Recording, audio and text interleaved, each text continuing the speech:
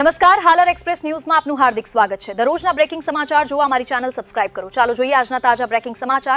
વડાપ્રધાન શ્રી નરેન્દ્ર મોદીના આગમનને વધાવવા જામનગર સજ્જ।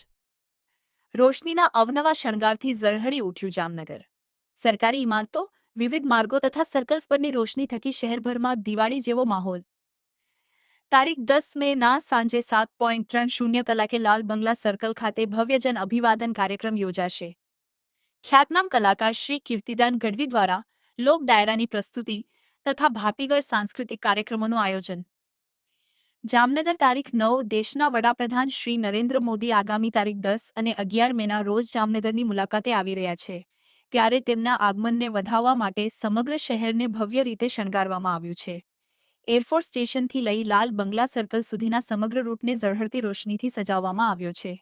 શહેરના મુખ્ય સ્થળો જેવા કે દરબારગઢ, ડીકેવી કોલેજ, બેડી નાકુ, પવનચક્કી, અન્નપૂર્ણા સર્કલ તથા મહાકાળી સર્કલ ખાતે વિશેષ લાઇટિંગ અને અવનવી રોશની દ્વારા દિવાળી જેવો માહોલ ઊભો કરવામાં આવ્યો છે। આ સાથે જ દરેક મુખ્ય સર્કલ પર વડાપ્રધાનશ્રીના નેતૃત્વમાં અમલી બનેલી જન ઉપયોગી યોજનાઓની સફળ દર્શાવતી ડોક્યુમેન્ટરી ફિલ્મનું નિદર્શન પણ યોજાઈ રહ્યું છે।